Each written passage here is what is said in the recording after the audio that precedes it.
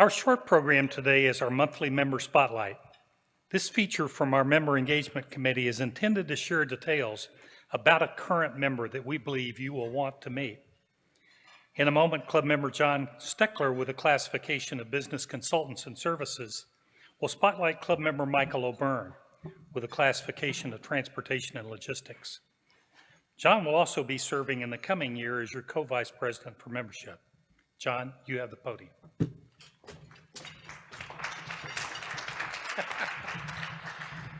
Thank you, my fellow Rotarians in the room and on the Zoom. Well, let's see. We've all heard that saying, a life well lived. Unfortunately, we usually don't hear that phrase after someone's died, but we recognize all the accomplishments in their lives. Well, today, I'd like to introduce you to a life well living. The story's great. Good news is it's still going. Now, I'm speaking of our Rotary Spotlight Member of the Month for January, Michael O'Byrne, classifications, Transportation and Logistics, retired. Michael's life is like a great movie. It's a great ride rolled into one.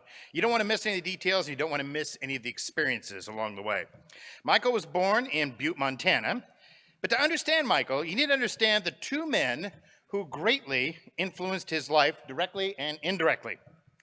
Michael's grandfather was a miner, a hard rock miner, who became a labor leader and ultimately was a state rep in 1936.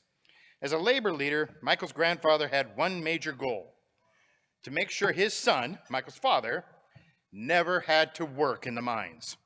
Michael's grandfather urged his son, Michael's dad, to educate himself, find a service profession. He did. He became an accountant, and he even got his CPA via a correspondence course, which, believe me, was pretty unique in those days. Michael's dad knew there was an opportunity in Seattle with World War II breaking out and all the military contracts being executed here.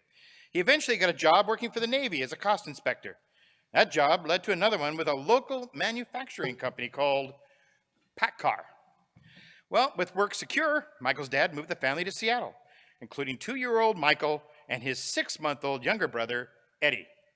The family settled into the Roosevelt area, and Michael grew up in the Seattle school system. Michael excelled in school, but his greatest accomplishment came when he was in high school. Michael and his brother Eddie had just finished assembling their 14-foot boat and outboard kit. They took it down to Lake Washington during the hydro races to help remove any debris from the race course. But in 1955, the hydroplane, the Slow-Mo 5, flipped and exploded into a shattered wreckage of pieces. Michael and Eddie were the first people on the scene. They managed to find the driver. They flipped him over. They got him into their little boat, and they saved his life. Michael was 16 years old at the time. Well, after high school, Michael joined the Navy ROTC college program, and they picked the UW for Michael. Probably because Michael had made it very clear that since he was in junior high school, he knew what he wanted to do with his life. He wanted to be an officer on a nuclear submarine. Well, Michael excelled at the UW. He was also very involved with his fraternity, Husky Cheer, 3 years in Husky Crew, and other activities. But at one of those activities, he met a fellow student by the name of Penny Graham. Michael and Penny are circled here in blue. Now, Michael and Penny, they were kind of attracted to each other, and they dated on and off, but never anything serious. I mean, they both had dreams after college. So after college, Michael went off to the Navy sub school, and Penny went off to New York to become an assistant to the top brass at CBS television. Well, after a year and a half of Navy submarine school, Michael got his first assignment as a lieutenant, junior grade on the nuclear submarine, the USS Theodore Roosevelt, for 1 year. After 1 year, the Navy wanted to make use of Michael's talents and understanding of nuclear physics. He was transferred to a land-based assignment at the S5G nuclear power plant in Idaho Falls. His job was not only to run the power plant, but to learn how to power it and cool it silently. Nuclear-powered subs were limited by the noise they made when underway. If they could run silently, they could become the underwater protectors they were envisioned to be. Well, Michael and his team made this happen. It took 2.5 years, but they made it happen. Now you know where the term silent but deadly comes from. It's not what you thought. While he was at Idaho Falls, Michael had kept in touch with Penny from college and heard that she was going to be coming out for a family party at her grandfather's place in Missoula. It's really close to Idaho Falls, so Michael decided to come out and join her. He puts on his dress whites, jumps into his shiny little Corvette convertible. I'm kind of thinking officer and a gentleman right now myself. And he drove over to see Penny.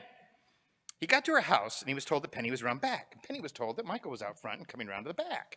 Now, keep in mind, these two had been dating on and off on a non-committal basis for years. Well, Mike rounds the house, and he sees Penny. He immediately falls so deeply in love at that moment, he knew that she was the one for him. In fact, he was so taken, he proposed to Penny that night. She said yes, and they were married 4 months later. This year, they will celebrate 57 years of marriage. Michael and Penny have 3 grown children, Jennifer, Greg, and Andrew, as well as 6 grandchildren. Michael worked on other nuclear submarines and served even under Admiral Rickover, one of the most powerful and influential members of the U.S. Navy. Admiral Rickover was in charge of all nuclear operations for the United States and executed with a very heavy-handed management style. His style of fear and intimidation was not a good mix for Michael. That led for his decision to leave the Navy at the ripe old age of 30 and pursue a new career. Michael didn't know what he wanted to do, but he knew he didn't want to stay in the Navy. And he knew he wanted to spend more time with his family, so he turned to his father for advice, who was an executive with this now much larger manufacturer called PACCAR.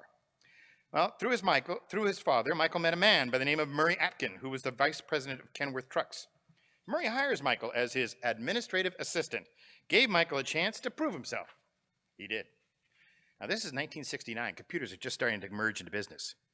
Michael and Murray saw that trucks were the main revenue driver, but parts were the main profit generator if managed properly. Computers allowed for this. Michael set up the first just-in-time inventory system for Kenworth, and later they added Peterbilt trucks. Eventually, Michael became the general manager of PACCAR Parts, which grew from a $40 million operation into a $2 billion operation. His meteoric rise continues. Michael eventually becomes a PACCAR vice president of Kenworth Trucks, data processing, and Australian operations. Ultimately, a corporate restructuring and upheaval led to Michael's separation from PACCAR, and once again, he was on his own, but not for long. Michael went on to become president of a software company and also president of a logistics company. It led for him to join Rotary in 1995. He was sponsored by Dick Evans, inspired by all the good that he could do through Rotary. Oh, he quickly became friends with a fellow Navy vet by the name of Herb Bridge, and the two just bonded. Herb talked Michael into taking on the role of president of the USO, and his team had the great success of growing the USO here from 1.5 centers to now 4 USO centers. Michael likes to say it was the networking that brought him to Rotary, but it's the fellowship that makes him stay. Boating is one of Michael's greatest passions, starting with that 14-foot kit boat he and Eddie used to save the hydro driver's life, through many others that led him to his current boat, a 40-foot sailboat called Boomerang. Michael's an avid sailor. He entered a sailboat race to Hawaii and won. He also sailed to Alaska multiple times around Vancouver Island. His love of boating also led him to be a longtime supporter of our Rotary Mariner group. Michael remains active in life. He teaches sailing at the Navy ROTC midshipman at the UW. He's a volunteer high school math teacher. He's even been a councilman for his local Hunts Point. And besides being active, Michael is also very engaging. He reaches out to new people and connections every day. I asked him what motivates him, and he told me he tries to live his life like the lyric from a song in a Clint Eastwood movie. Don't let the old man in. Now, Michael, I have to say, you're doing a great job. When I look at you, when I talk to you, I don't see the old man. You're obviously keeping him out and keeping yourself open to letting us in. Thank you. Fellow Rotarians, I give you our Rotary Spotlight Member of the Month for January 2022, Michael O'Byrne, Classification, Transportation, and Logistics.